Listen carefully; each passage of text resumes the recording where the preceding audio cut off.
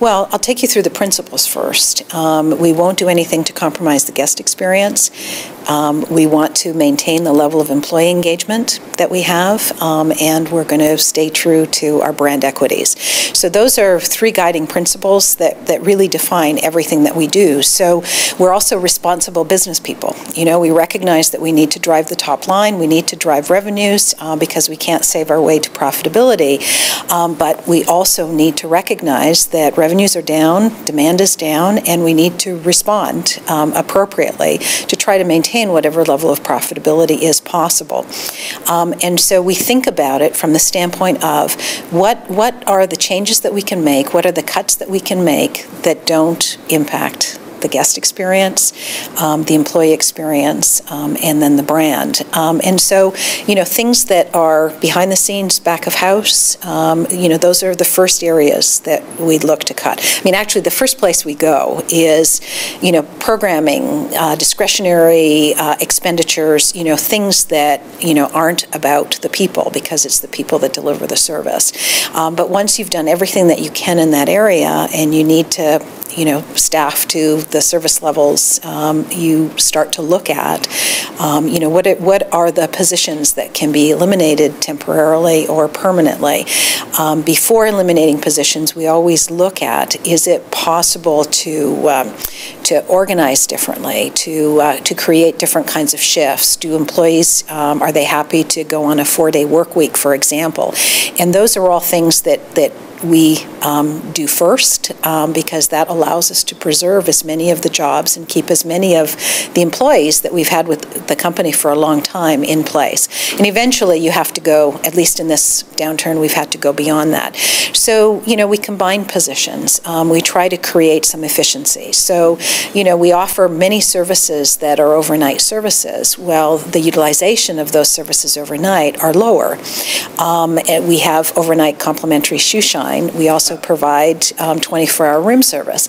So one of the places you can go with this is say, well, you know, the person shining the shoes isn't necessarily working, you know, all of the time. So does that person have the capability to take room service orders? They may or may not, but there are other things back of house in the middle of the night that they could also be doing. And so, you know, we consolidate positions. We think differently about, you know, how we're going to support some of those things. I mentioned overnight laundry and dry cleaning.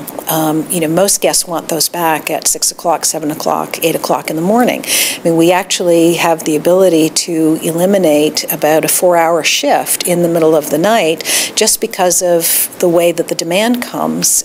We don't have to have somebody there you know, throughout the night in order to be able to give the guests back their clothes when they need it in the morning. Also supervisory levels.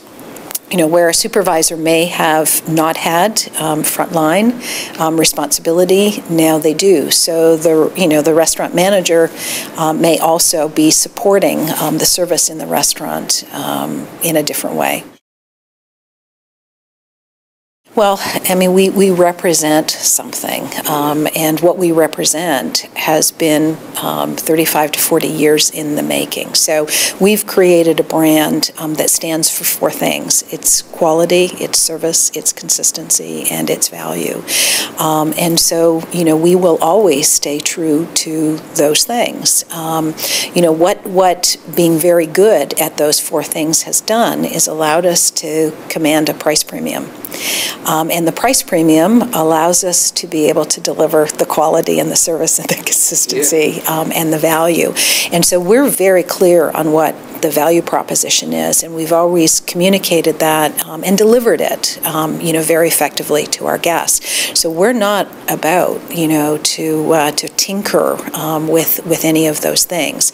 You know, the challenge today is finding the right way, you know, to be able to capture our fair share of travelers, of the business that's coming our way, without, and we've talked about it, without compromising the experience that we provide, and making sure, you know, that we offer it at a price point that's competitive, that still reflects what it is that we do and what we strive for, but meets the expectations of the guest.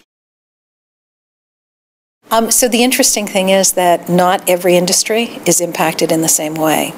And so, you know, financial services, the automobile industry, you know, those tend to have been the hardest hit. You know, we are getting business from pharmaceutical companies. We're getting business from consumer packaged goods companies.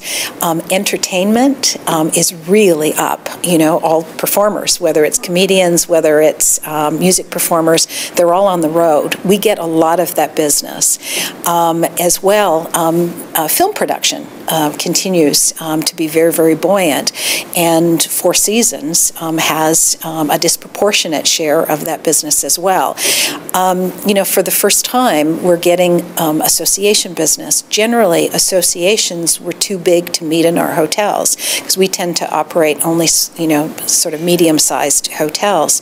Well, the association events and meetings are smaller these days. They have fewer attendees, and so all of a sudden, it's possible for them to actually do their program in our hotels. And so there are bright spots everywhere. You know, there's a silver lining to all of this.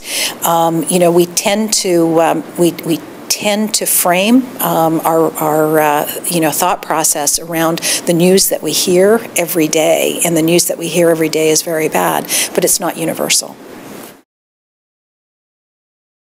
A challenged period forces you to be creative and innovative and think differently about the business. And you know, those transformational changes that often get implemented will make you stronger as you come out of, they become the new business model as you come into better times.